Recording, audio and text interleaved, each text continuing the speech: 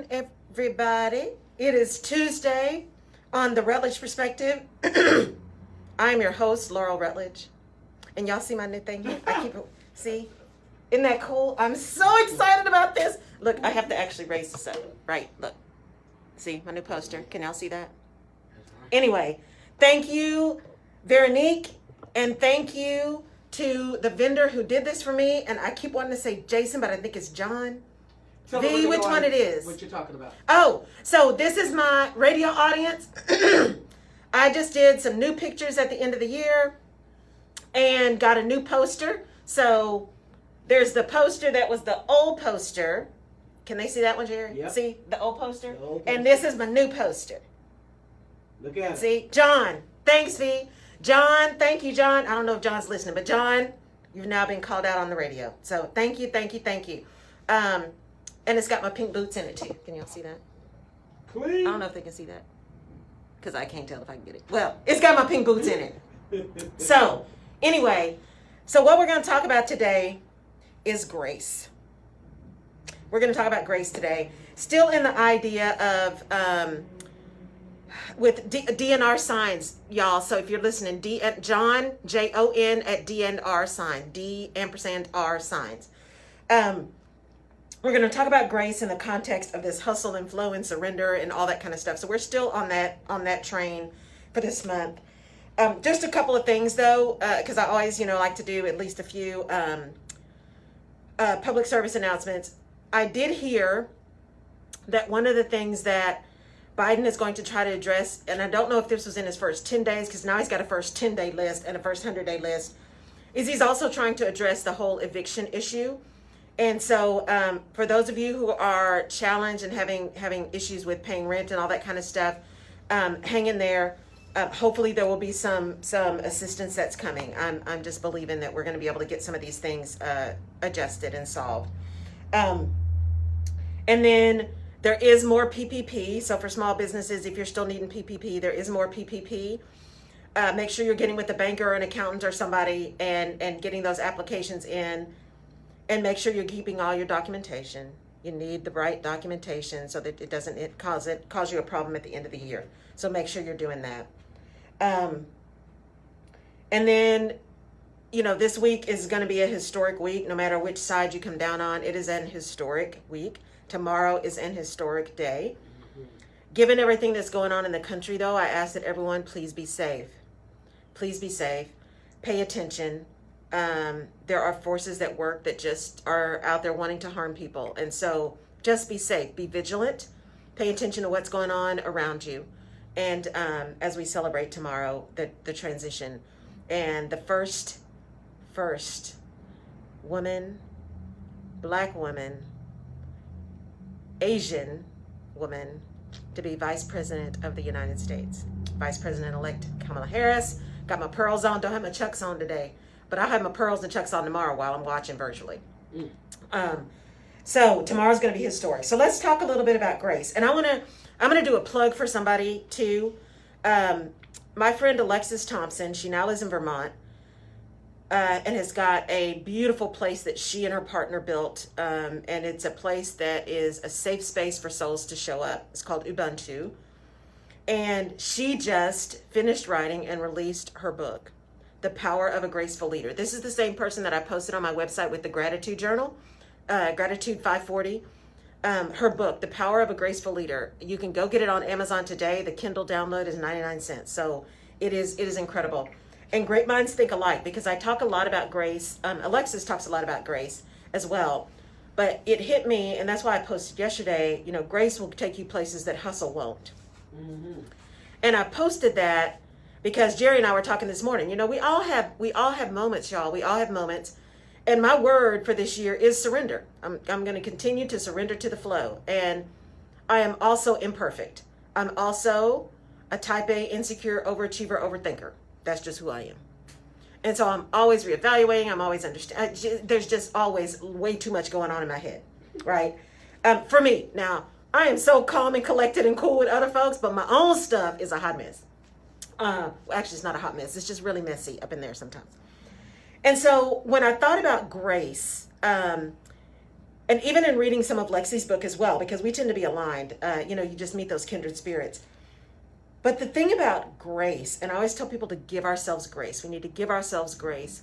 We need to be filled with grace as we move through this world, whether you're trying to build or rebuild or revamp or restart a career, whether you're trying to build a business. It's hard work, and can be energy sucking, not just energy draining. It can be energy sucking. Just trying to figure out what the formula is for you so you can be who you are in whatever that thing is. And so, we when you hear people talk about grace, what you think about is she's so graceful, he's so graceful. Dancers, athletes, they're so graceful on the floor. You think about it that in terms of like smooth and soft and ethereal and all of these kind of things. But there is power in grace. And we've talked about power at the end of the year, at the end of 2020. There's actually power in grace because grace is active. Grace is active. When you are giving yourself or giving someone else grace, that is an intent. That is an action to say, not that you're giving somebody a pass, not that you're letting somebody just get over, not that you're giving yourself a pass. You are giving yourself grace. You're giving yourself the opportunity to just pause, to be imperfect, to try to do better, to try to get yourself together, and to move forward. That's what grace means. It means honoring the imperfections that we all have. It means honoring the mistakes that we all make. It means honoring the fact that for the most part, everybody's just trying to do the best they can do with what they've got. And that's really important because especially when you're a leader, people listen to what you say, but they believe what you do. And if you are not giving people grace and you're not giving yourself grace, then they don't feel like they have a place of safety to be able to be imperfect. They don't feel like they have a space where they can ask questions, where they can make errors, where they can challenge and be innovative because they don't see that behavior. They may hear the words, but they don't see that behavior. And the behavior is what people believe. In fact, people will review and evaluate your behavior against your words, not the other way around. Okay, this is what they did. Now, they said so-and-so, but this is what they did. Because your actions, that old saying, right? Actions speak louder than words. And so it's really important that we enable ourselves to sit in some grace and to give grace to others because there's a lot of stuff that's just not easy. It's just not easy out there. And so it is important for us to remember that. The other thing that made me think about grace, and Jerry, did you watch it? I'm here with my producer extraordinaire, Jerry P. Beasley. Did you watch One Night in Miami? Oh, man. Today. Give me some grace. Okay. I'm giving Jerry some grace, y'all, because she didn't watch the movie. This movie, and I'm not going to give nothing away, Jerry. This movie called One Night in Miami. So number one, it is the directorial debut of Regina King. It's on Amazon Prime. The directorial debut of Regina King. And so it's all kinds of black girl magic, y'all. It's incredibly done. And it is, for those of you who haven't seen it, it's based on true events surrounding the relationship between Malcolm X, Sam Cooke, Muhammad Ali, and Jim Brown. And, I knew these men. And I'd read the autobiography of Malcolm X. I watched the movie. In fact, the movie with Denzel was on yesterday. And man, there's a scene when he's on that plane back from Mecca, and you would swear that was Malcolm. I mean, he just channeled Malcolm X. I'm just telling you. Sidebar. Anyway, for those of y'all who've been with me a while, you know that just happens. So I knew, Malcolm X, and I knew Malcolm X's story. And if you don't know it, I would encourage you to read it. Because it's more than just the Nation of Islam. There's so much more than that. So read that. I knew Sam Cooke. Good morning, Longview. I knew about Sam Cooke. There's also a documentary on Netflix called The Two Killings of Sam Cooke. I think that's the name of it. Which is disturbing. But again, those who don't know history are doomed to repeat it. It's disturbing, but we're talking about the 60s, y'all. We know about Muhammad Ali's story, right? And I knew some of Jim Brown. I didn't know all of Jim Brown, but I knew some of Jim Brown. The relationship between these four men is just a study in, it's a study in how to have a village, a real village, but it's also a study in grace. It is a study in what it means to really love somebody that's a friend of yours and what that looks like in real life. Because there are some scenes between these people, between these four, that are, I mean, harsh, like hardcore, cutting you to the quick kind of thing. Like people, knowing somebody's buttons and go and standing right on that button until they recognize. But that's all surrounded in what you know to be a true love and concern and support. And I talked about that. You'll hear it on my podcast this week that drops on Wednesday. Is the power of a village is that they rally around. They rally around you. They encircle you. They lift you up. They protect you. They allow you to be who you are. That's what a village does. A village allows you to be who you are. A village also holds you accountable for being who you are. They hold you accountable for your behavior, for your words, for how you show up, for when you don't show up. They hold you accountable. They hold up that mirror to you when you are not being who you say you are, or when you are being something to somebody else that they know is not true. They're the ones that keep you honest. And this movie, for me, and maybe it landed at a time I just need to see. Who knows? You always got to think about your mindset too when you're looking at new stuff. But it hit for me, one, the power of relationships and just these incredible Black men that were facing some seemingly insurmountable challenges because of the time they were in. And yet, they showed up, they spoke out, they stayed true to who they were, they kept this connection that though they were four different people with four different personalities and four different likes and desires, they honored the differences. They didn't always like them, but they honored the differences. The differences that were real and soul differences, not just differences of opinion. The character differences. And yet their characters were so similar at their core. At their core. And so that visualization of real grace and leadership and a willingness to speak out and speak up, that is what is needed.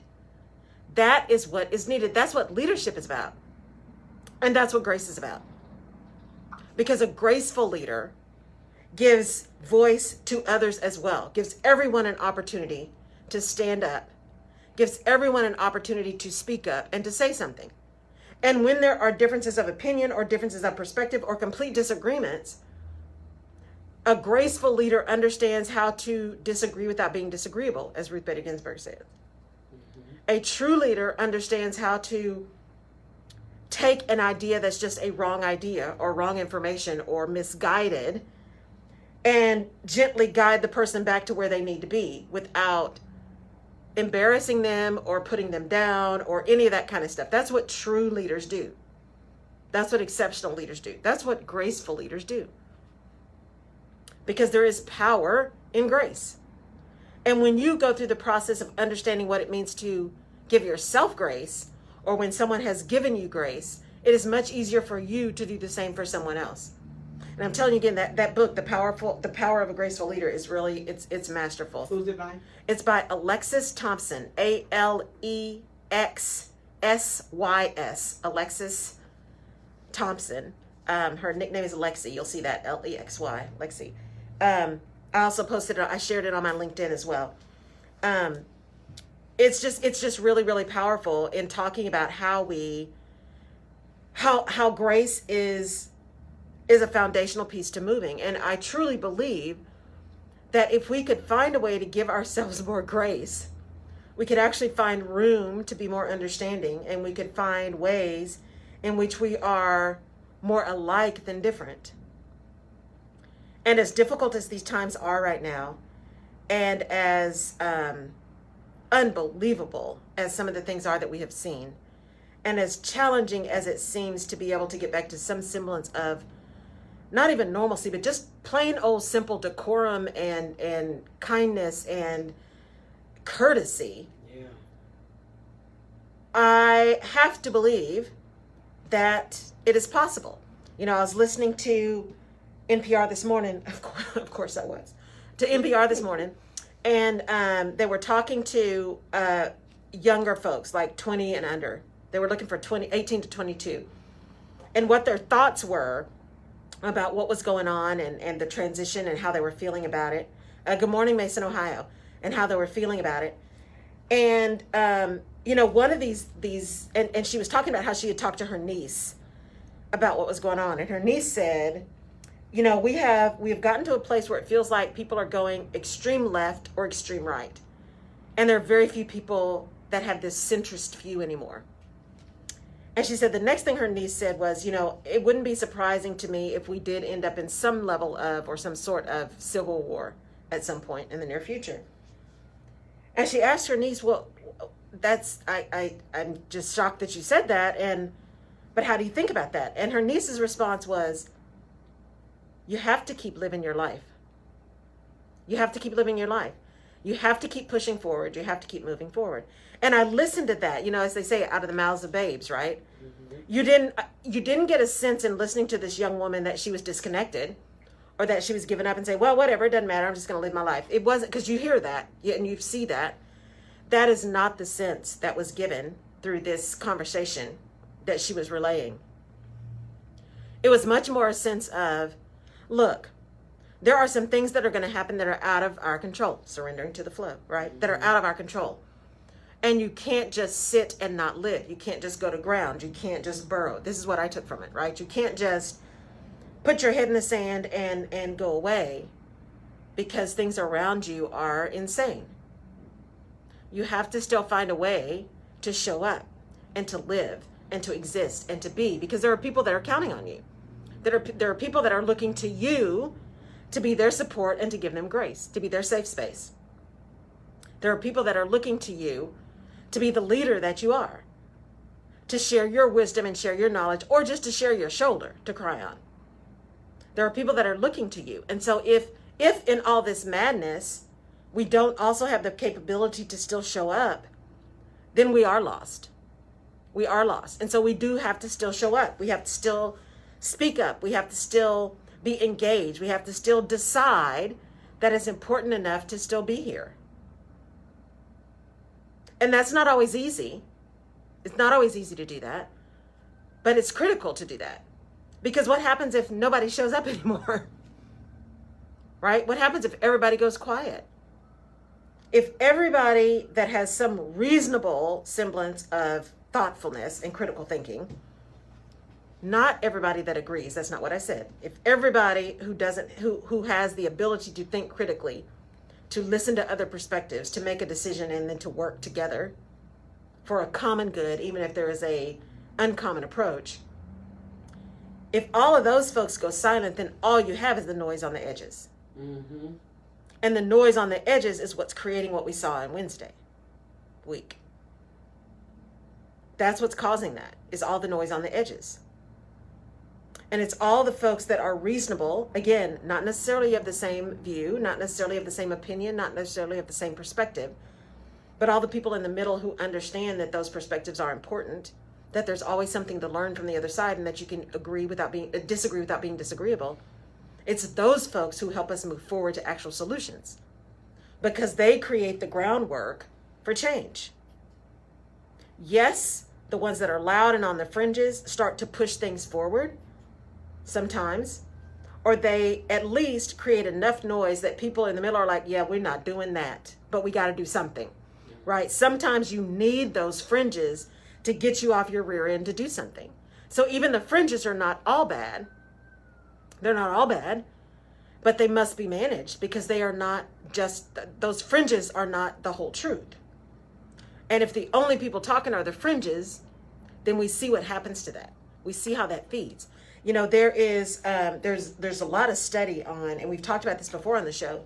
There's a lot of study on, you know, what you talk about and what you hear and what you put into your spirit in the morning and what you hear all the time and what's given to you. And when they talk about kids who are abused and how emotional and verbal abuse can be just as bad, if not worse than some of the physical, because words hit different. Words get deep. And a word once spoken can't be retracted. And so if you are constantly hearing something, whether it's true or not, that gets in, that becomes a part of your rhetoric, that becomes a part of your narrative. And so whether it's a part of your narrative in terms of supporting an argument you're making, or in terms of proving an argument you're making, right? Or something saying, yeah, see, I kept hearing this and I already know that's not true, right? Those words still get in and somehow seed within and form your narrative, whether that's supporting it or negating it. And so if we don't have a broad spectrum of words and narratives and perspectives, we get this myopic view of what is or what should be. And that's where danger comes. That's where it gets to be really difficult to be innovative and to move forward. Because innovation is all about thinking about things differently. It's about being creative. It's about taking risks. You know, I talked about this several weeks ago on the show in the context of the calling in the call out culture. Loretta Ross, who I think her book comes out next month too. I got to get that one too. Calling in the call out culture. And she talked about how, you know, this whole idea of when someone is involved in some kind of cult situation, they are fed the same thing over and over again. And they are told you are not to ask questions. You are not to challenge. You are not to think differently. And if that's the way you have been brought up, or that's the way you're thinking, or that's the way you've been trained, it is awfully difficult to release your brain or release your psyche to do something different. Because the training you've been receiving says status quo. What's been getting in your ear and therefore in your brain and in your psyche is this rhetoric, which you may or may not believe, but you've been led to believe that you can't question it because it's absolute truth because the person who told you said it was.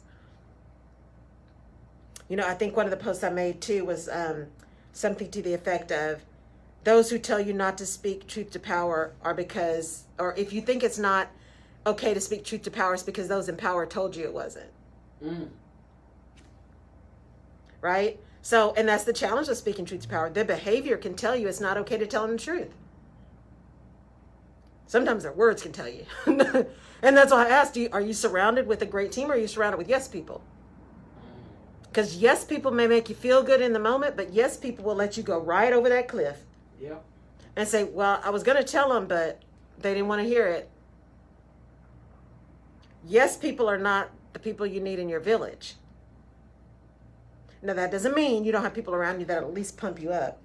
Or, you know, the diehard friend that says, oh, that is a bad idea. What time? Right? So we all have some of those that if you're going to go down, they're at least not going to let you go down alone. But you want to make sure that you have more people around you who are willing to say, yeah, maybe we need to rethink that.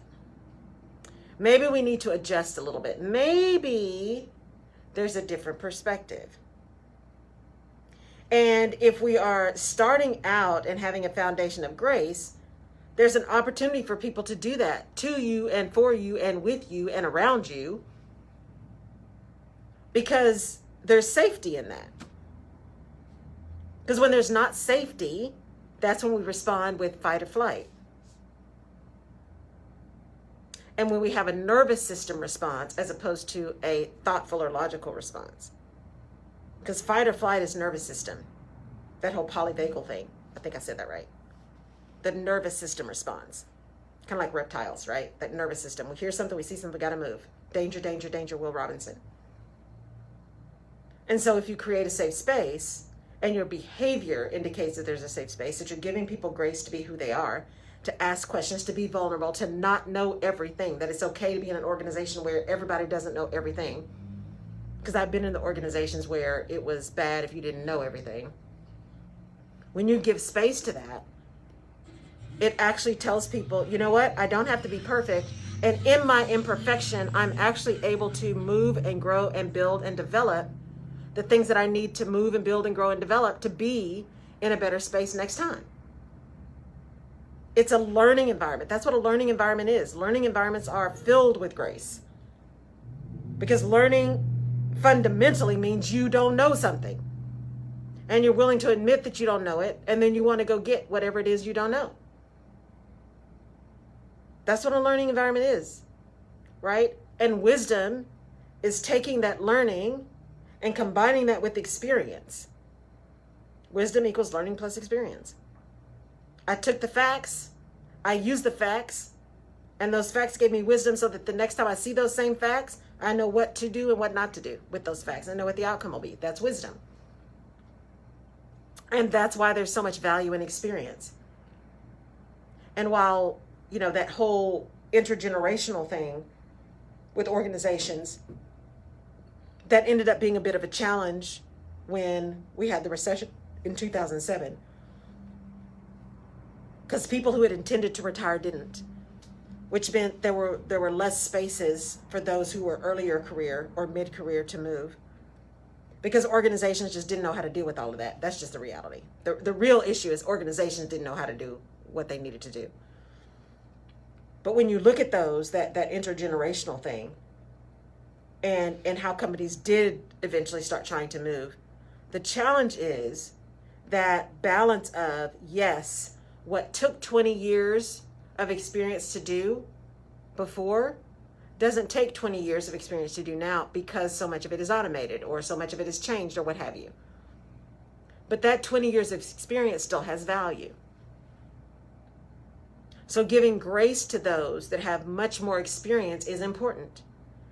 Just like giving grace to those who have little experience but different kinds of exposure is important. There's an opportunity to learn from everyone at all spectrums. But you only can do that if you're giving people grace to show up who they are, as they are, with what they know, and give them space to say what they don't know. And treat people as learners, not as ignorant. Because if you treat people like learners, you're going to be much more willing to pass on information. You're going to be much more willing to share, because that's part of the issue too, right? If I'm worried about losing my job, I'm not going to share what I know because somebody else will take my job. Well, just because they now know what you know doesn't take away what you know. And by the way, if you're teaching them, they may know what you know, but they don't know all the how that you know. They don't know all the detail that you know, because their experience is not what your experience is. So they may know the technical stuff, but they don't know the nuances yet. And so there is still value in experience, and value costs more money, right? That experience costs more money because there's additional value attached to that experience. That doesn't mean that a lack of experience has no value, because we have to define experience more broadly. So that lack of experience may be lack of technical experience, but there are other skills and dispositions that are valuable. And if we are treating everybody with grace, then we have the opportunity to take advantage of all of that. All of that. It's when we're not treating people with grace, when we're not treating ourselves with grace, that we don't get to take advantage of all of the opportunities and all the skills and all the dispositions and all the experiences that are broadly around us. And that's the problem, because we don't know everything. We can't know everything. It's not possible to know everything. But if you have more than one person and more than you, and you have grace and you have confidence in what you know, then you'll have confidence to allow someone else into your space. Because there's something that they know that maybe you don't know that could add value. And that's what it's all about. That's what it's all about. It's about ensuring that everyone has an opportunity to participate. That's what it's about. Pretty simple to me. Easy to do, easy to know, not easy to do. Because that also means you have to have a level of confidence and competence that says, just because someone else gets an opportunity doesn't mean my opportunity goes away. And that's the problem. Now, it's fear. So much of what we're seeing now is fear generated. And as leaders, you got to understand what that fear is so you can address the fear. I saw somebody the other day that talked about, what we saw at the Capitol. There's been so much rhetoric about people are upset because of the economy, the economy, the economy, the economy. And I heard a commentator say yesterday, what the Capitol insurrection at the Capitol demonstrated is this has nothing to do with the economy. This has absolutely nothing to do with the economy. This is about race and power. This is about race and power. And that we need to stop saying this is not who we are. This is absolutely who we are. Absolutely. This is absolutely who we are. The better thing to say is this is not who we want to be. Yes. That's the real issue. This is not who we want to be. And if this is not who we want to be, then we have to have the courage to do something different. And to hold people accountable who are exhibiting behavior that we don't want. Mm-hmm. Again, simple to know, hard to do. Because courage is not easy and everybody doesn't have it. Mm-hmm. And because fear is real, the struggle is real, y'all. Fear is real. Everyone is not always in a position to do something. Because not every space is a safe space. And there are few of us who are willing to be unsafe. Just like there's a quote that says, everyone wants to be a diamond, but few are willing to be cut. That one struck me too. I'm like, that is so true. Because if you look at a diamond, a raw diamond, it's not all polished and shiny and beautiful and all that. It is a rock. Yep. It's only after it is cut and has facets and is polished and is shined that it becomes absolutely, at least societally defined, beautiful. And so it's the same thing, right? Everybody wants to be a leader, but not everybody's willing to put their neck out there. Everybody want to go to heaven, but don't nobody want to die. I'm just saying, right? So grace gives us that space to say, this is what we want. This is really what we want. But we also know that there are going to be moments of weakness where we don't know how or what or when or if we can do what we need to do to get what we want. And there are times when we can't do what we need to do to get what we want, where we just need to go to bed. And we all have those moments. And I will tell you, you need to give yourself grace in those moments, especially right now. There's so much going on right now. If you're having one of those days and you need to take a personal health day, a mental health day, take that day. Take that day, because you will hit the wall at some point and you won't know it. You won't know it until you hit it. And so at times, you need to just go to bed. I've done that. There have been weekends I've gotten up. They're very rare, but I intentionally do this, and I've tried to start doing it more.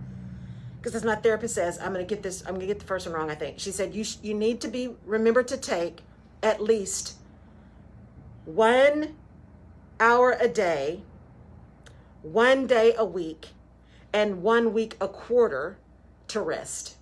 That's minimum. Like real rest. My nose is itching, y'all. A real rest. I don't know why. It's not. It's not COVID, Jerry. No. Right? No. It's just my nose is itching. It is. You got to take that time. So there have been weekends where I've said, you know what? This Saturday, I'm waking up. I'm staying in my pajamas. I'm watching movies. I put everything in the bed. Right? I got my computer. I got my Kindle. I got my iPad. I got snacks. Everything.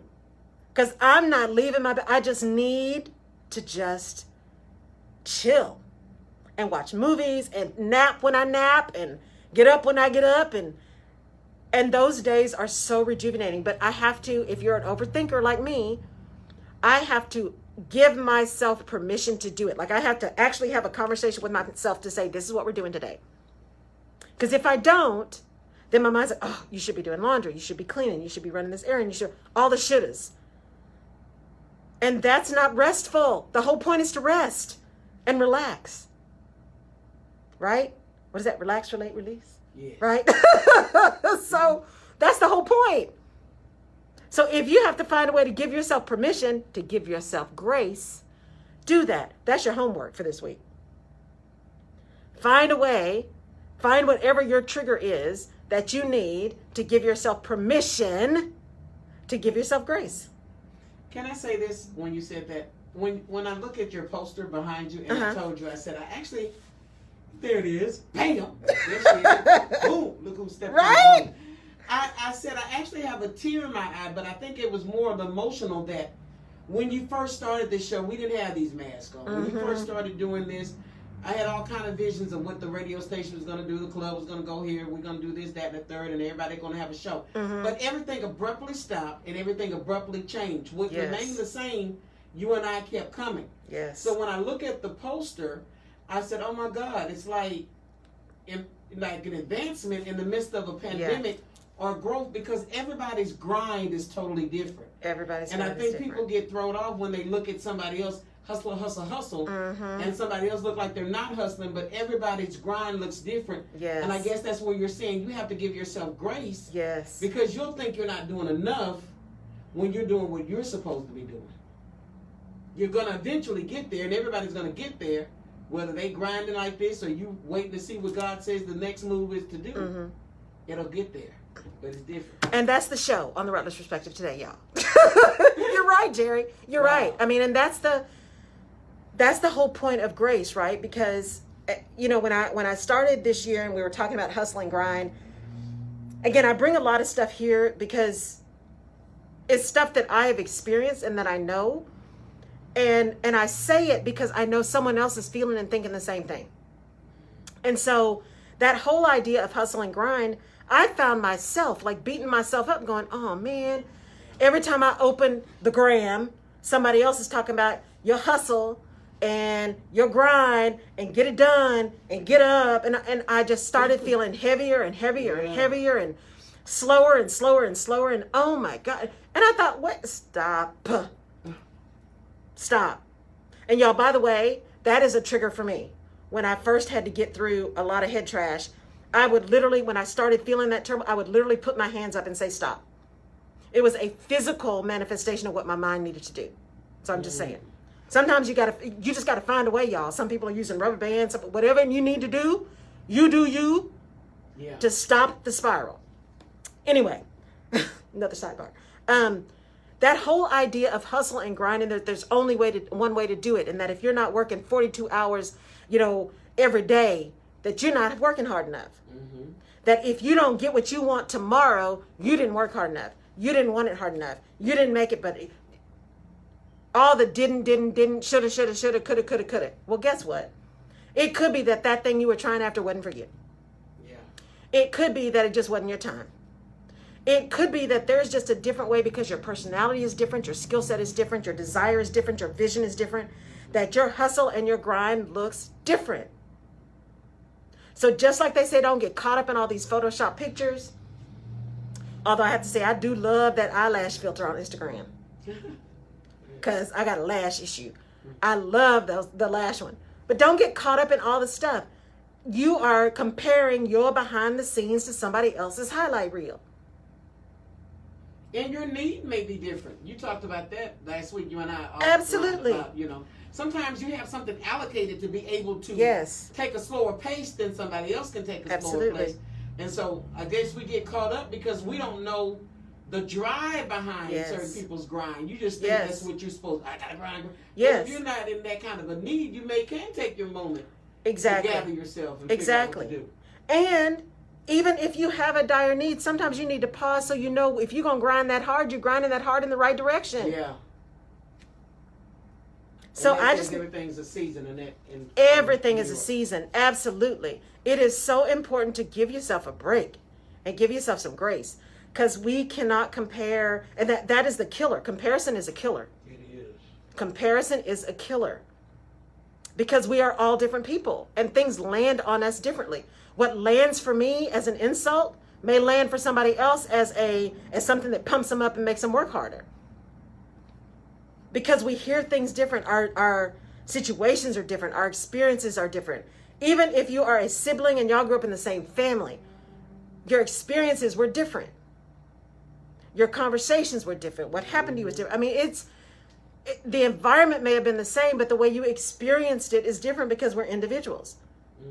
And so it's important to have that grace so that you can hustle and grind the way you need to hustle and grind.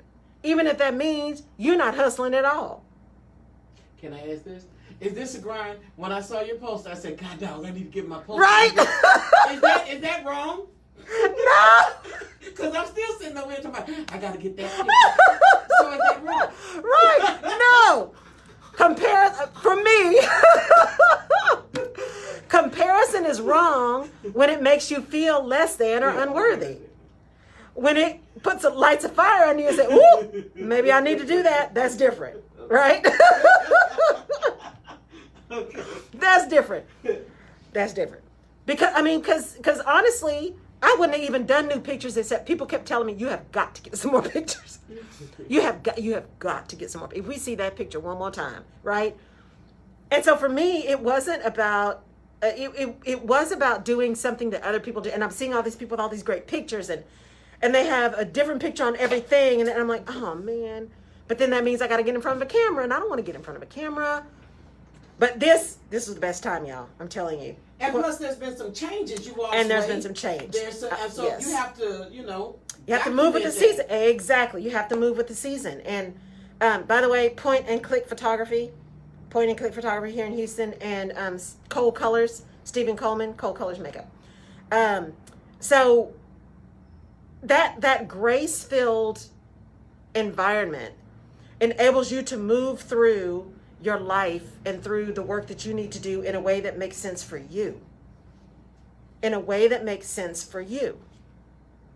And that's where we often fall short, because even when we're trying to give ourselves grace, we got those little, not good enough. Yeah, I'm going to give myself a break because, I'm different. Yeah, but are you really that different? You're just saying that because you don't want to do what you need to do, right? Those voices, y'all, are serious. The struggle is real. And we all have options. We all have choices. We all have a village that we can find that will lift us up, that will calm us down, that will also tell you, you know what? You don't have to, I had a friend tell me this, you don't have to be available to everybody all the time. Let me say this. Michelle Johnson says, you look fabulous. You're encouraging me. Thank you, Michelle. I'm telling you, if I can do it, anybody can do it. And give yourself grace in the journey too. Because the struggle is real, y'all. The struggle is real. So I think it's you to have people who love you enough to say, you don't have to be available all the time, even to me, is beautiful. It's beautiful. Because whether you know it or not, at some level, you also need permission from people to just be gone, to just have a minute. Say that again, because, and that doesn't have to be verbal, meaning they don't have an attitude if you're not answering the phone. Right. Or you don't want to come to what you normally would come to. Right. So when you connect again, it's like you never missed a beat because they didn't have an attitude. Right. Okay. And and people who know you, people in your village who know you, like I've got some friends who, like I said, I've known the people who are my friends. I've got lots of acquaintances. The people who are my friends have been around a long time. And so there's some stuff that they know to not even invite me to.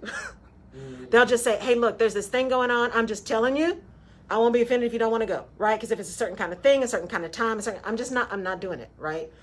And it's not about them. I love them, but it's just not my thing. And so to have people around you that say, when you're feeling like, I have lost my mind. Why did I think I could do this? So because you got a message you need to be telling people. Or when they say, I need you to stand down because you need to take care of you, we'll be fine. Mm-hmm. That's important. Because when you have a tendency to just say yes and be available all the time, and you do that until such point as you just worn down, then your no is going to be a much less kind no than you intend it to be. Because now you're past your point of tolerance, right? You're full up. So that grace that not only you give yourself, but that grace that people who love you give you is all important. It's all important. And you got to find those people around you who are going to give you that grace. Those people around you who are going to be as concerned about you as you are about them, and who don't take it personally when you just aren't available. Or who don't take it personally when you're saying, I just don't think that's the thing to do. People in your village speak truth. Acquaintances may not, but people in your village speak truth. That's why they're in your village. Some people use tribe or what have you. Village for me because it takes a village. People in your village speak the truth. And they speak that truth with love and with kindness, so that even when it cuts, you know it was done with love. And there is a difference. I'm not talking about passive aggressive. I'm talking about real love. Because just because you say something, when you say something ugly and you're smiling, doesn't mean it's not ugly. That just means you're passive aggressive. And anyone who's savvy sees that. And that speaks to your character, not theirs. That whole, if you don't have something nice to say, don't say anything at all. Well, saying something ugly but smiling while you say it doesn't make it nice. Okay, just saying. So, I am adamant in 2021. And this has been a crazy start to 2021. And I'm sure I'm not the only one who's had a kind of volatile start to 2021. Like those moments where it's like, oh man, I am so in this. I am in the zone. And then 30 seconds later, it's like, oh my God, what did I do? Why am I here? I just want to go to bed, right? I am determined in 2021 to surrender to the flow. I am determined to give myself some grace and to give others around me grace. That doesn't say give a pass. I say give grace, and there's a difference. I am determined to stay in that space where I know that I am here for a purpose, that I'm leaning into that purpose, that I am not perfect, but I am working on being the best me I can be in all my imperfections. I'm determined to do that. And I encourage all of you to lead with grace and gratitude, right? Because I am truly blessed and truly thankful to be here. I'm so glad Jerry lets me come every week to spend time with y'all, because this is a blast. And I appreciate so much you all listening and tuning in, because you have a choice. We all have choices. You have a choice. You do not have to be here with me every week. And I am so appreciative and so thankful that you choose to do so. And I hope that what I'm giving to you and delivering to you makes a difference and gives you a perspective and lifts you up. Because I know there are times when there's that one thing I read, that one quote I read, that one person that calls me, that one thing that I just need, that one text that is exactly what I needed when I needed it. And that if you stay open and you listen and you pay attention, not just with your eyes and with your head, but with your heart, what you need in that moment always shows up. It always shows up, y'all. That friend, that quote, that call, that text, that email, that job, it always shows up right on time. And that, your 40 years in the desert may feel like 400. But coming out of that, you're going to be exactly where you're supposed to be, and you're going to be prepared for whatever it is, because you've been through that 40 years. Sherry Duff in St. Louis text, and she wanted you to know that she's listening, but she's not on Facebook. Okay. And she's listening by the way of the app. So that goes to show you, people want you to know that they're supporting you. Yes, I appreciate that so much. See them, because you do have faithful listeners. Yes, thank you. Y'all are awesome. You have no idea. When I think about grace, and what time is it? Okay. When I think about grace and I think about leadership and I think about showing up, and I sit and contemplate on this show, because the other thing I've been really intentional about is, because these things are easy to stop, right? These habits are easy to let go. I've tried to be really intentional every evening to end my evening journaling, meditating, praying every evening, and putting myself in a space before I go to sleep, because I don't sleep well. Putting myself in a space before I go to sleep to have my brain calm down. Because I don't sleep well because my brain moves so fast all the time. It's constantly moving. And I'm one of those people that I fall asleep really easy, but I can't stay asleep. And once I wake up, my brain wakes up. And so that's a problem. So I'm intentionally doing that every night. And as I've been doing that and continue to do it, the thing that shows up for me all the time in this grace and in this life is that we think about what we want and why we want it. We visualize what it looks like, but we never really know how it's going to show up. You could not have told me that I would be on the radio, much less live streaming on the radio. On every week on camera. Seriously, really? the person who hates to put anything on her face, right? And still working with these lashes things. So I'm working on it, y'all. You know, you never would have told me that. And yet, by grace, I am here. By grace, I continue to show up. By Jerry's grace towards me, I have learned, right? I'm standing up instead of sitting down doing the show. Oh, Laura. Because Jerry stood up and I was like, why am I sitting down? So, you know, standing up to do the show, we talk about things that are important. She promotes it. I promote it. That's all grace. That's all grace, right? That is that space. She allows me to show up and be who I am for the Rutledge perspective. Not one time did she say, here's what I need you to talk about. Can I say this? Because you were actually an answered prayer. I told you, I prayed about this particular type of show. I prayed about your particular type of mannerisms and your attitude, your everything. And you came on Ben Hall's show with Adrian. Yep. And that's when I was sitting here and he said, that's the one you're looking for. And I'm like, her? Not in a rude way. Are you sure? Right? And you said, let me think about it. But right. It was the grace, and it was when you know that you know. Yes. Yeah. You go forward and God prospers that. And then for you to even sit here and say, you listened to me and you watched me stand up, so you stood up. Yeah. That means a lot to a leader, because at the end of the day, you know you're not trying to lead people wrong. It's a reason you stand up when you do this. And you came in here and you haven't been, had never needed to tell you what you're talking about. I never needed to tell you what to do. Right. And so that's the grace of God bringing everything you need. It may even seeing this poster. Yeah. I beg so many people, you need a poster, you need to get a poster, you need to get a and nobody want to hear that. So I'm looking like, girl, you better go ahead. Right. So that's the grace of God. He'll bring everything together no matter how long it takes. Yeah. And that it's important as we go through what we're trying to do and where we're trying to go, that we give ourselves a minute. I mean, Jerry's true. And those of you who've been listening a long time know this story.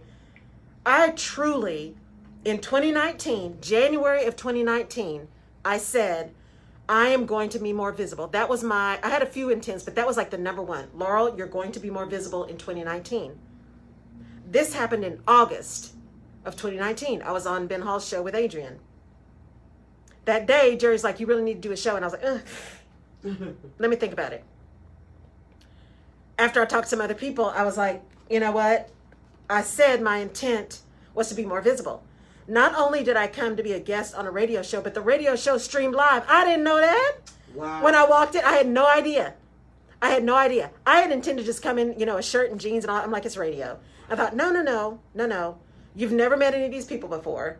You are representing your friend who recommended you to Adrian. You need to show up, in a way that you want people to see you. And then I found out that it was live streaming. So I'm like, oh, thank you, Jesus, right?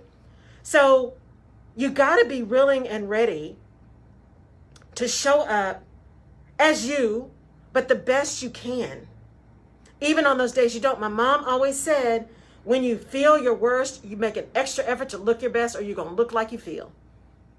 And so I started in 2019. I'm going to be more visible, It is a chore, y'all. I mean, I'm loving this. This is fine. And I'm loving doing my videos now. But when I started, it was a chore to get on camera. I hated it. Hated being on camera. I still don't love being on camera, but I love interacting with people. And so then this happened. And I said, okay, this is what you said you wanted to do. You now have this opportunity and you're saying no. How does that make sense? How does that make sense if this was your intent and now you're saying no? And so I said yes. And on March 2nd, it will be 1 year. March 2nd. And this year is my dad's birthday. Oh, wow. My 1 year of the radio show will be on my dad's birthday. He would have been 81 this year.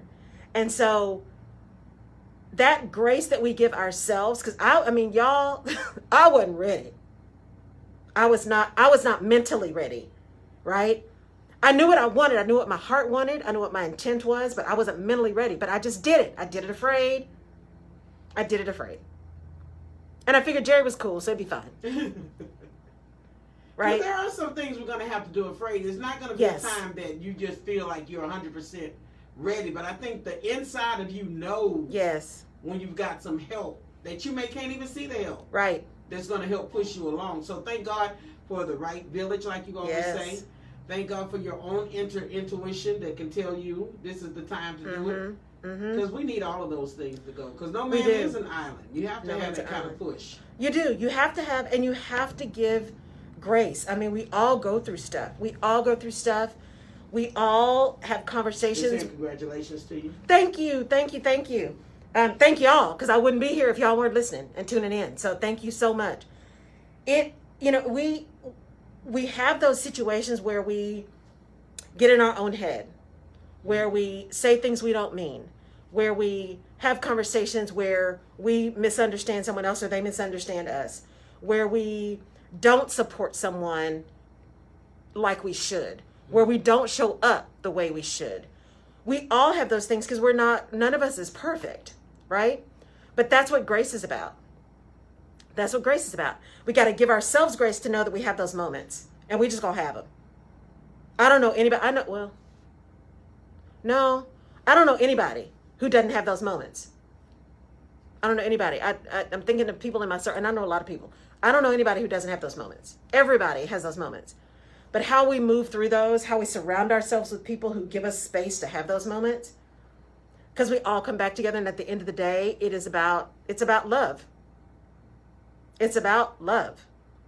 And watch that movie, One Night in Miami. It's about love. That deep-seated, unquestionable, undying, hope to die, I'll give you my last whatever, love. New York says support system is very important. You know what came to me while you're talking about this about love, and this is going to sound strange, but it's the truth. I'm thinking about the people who were the domestic terrorists against the Capitol. And they went by what they heard, the excitement and what they were told. And then when they find out, when this revelation hits them that this has all been a lie, those very people are going to need love. Because had there been a time that any of us listened to the wrong voice and then realized we made a terrible mistake, how do you get that back? And it's so two things around that. One, yes, I agree. Two things about that. One, this whole idea of calling in the call-out culture, right? Loretta Ross talked about when she worked with these folks trying to get out of these cults, most of them white supremacist cults. You have to meet people with that love, right? It's not about shaming them.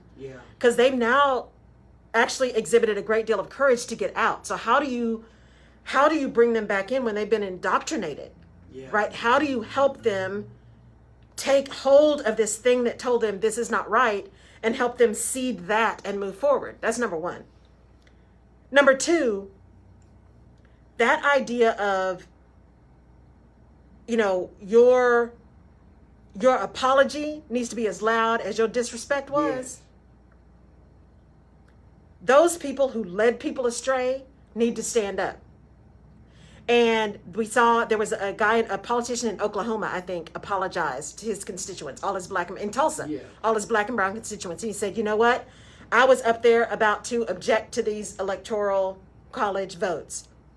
And what I did not realize until that insurrection was that I was negating all of your votes, because the only place that we were saying there was a problem was the counties and the cities and the states that had very high black and brown populations. And he didn't go so far as to say this, but it's like the logic for me. How is it that you're contesting the presidential votes, but you didn't contest any of the other votes that were on the ballot? I'm just saying. Because if there was fraud in the presidential vote, all of them had to be wrong. And there was no fraud. There was no fraud. There was no fraud. Can I say that again? There was no fraud. So, it's all in order for us to do that. And that's why I encourage you guys to go listen to some of the messages of Bishop Michael Curry. He's the presiding bishop of the Episcopal Church here in the U.S., and his whole thing is love. He's the one that did the sermon at Harry and Meghan's wedding.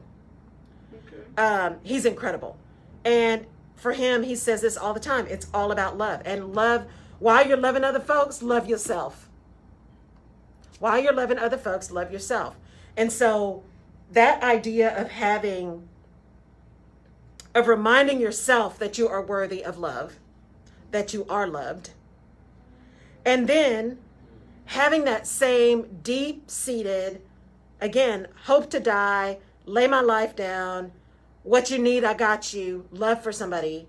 There's nothing more powerful, because through that comes grace. There's nothing more powerful. Grace to show up as you are, grace to be who you are, grace to bring all your stuff with you, because we all got it. We all got stuff. We all got stuff. Everybody's stuff is different, but we all got it. And so that love that enables you to give grace to show up as you are and who you are enables you to do the same for other people. And as leaders, that is critical. Because by giving grace to yourself to be authentic and to be humble and to be vulnerable, you give that opportunity and that safe space to other people. That's true. And true leaders understand that. True leaders understand that. And you can still be vulnerable and humble and strong, because grace is not about weakness. Grace is actually about power. The power of grace, the power of gratitude, the power of love. I'm just saying. Okay, I ran over again. Y'all, thank you. This really made my day. Yesterday was ugly. It was ugly. I don't know what that was. Jerry and I were talking about that. Yesterday was just ugly and dark. For it to be the day of service, it was just a dark day. Dark night. I needed this today. Thank you guys for coming and for showing up and for listening. Let me say this. The world needs this today, because what you felt yesterday, I did. I went bicycle riding with a friend, and I needed that. Mm-hmm. But I think the world needs the power of love and the power of grace right now. Mm-hmm. Even those that we're mad at. Yes. I had a friend who I blocked because of her beliefs, and she kept on going at it. Yeah. But she texted me the other day, and she said, Jerry, I love you. And I'm like, girl, who cares? My spirit says, no, she's trying to say, I'm sorry. Yeah. I misjudged this person. Yes. And I said, listen, we're going to let all of that go. And I felt better showing and extending grace, because right now, everybody needs some love. Everybody needs some love. And some grace. Yes, everybody. And You need some sleep. I need some sleep. Right? I need some sleep. And I extend all of that grace and love to you guys. Much love. I can't even express how much I appreciate y'all being here, spending your time with me, whether you're watching or you're just listening. I appreciate you. Thank you for the time. I'll see y'all next week for sure. We'll be back again. Thank you, everybody who's on my Facebook page. Thank you, everybody that's been on the KCOH Facebook page and Jerry's Facebook page and the app. All y'all rock. I appreciate it. Love you. Alexa. And Alexa, and tune in. And I'll see y'all next week. Bye.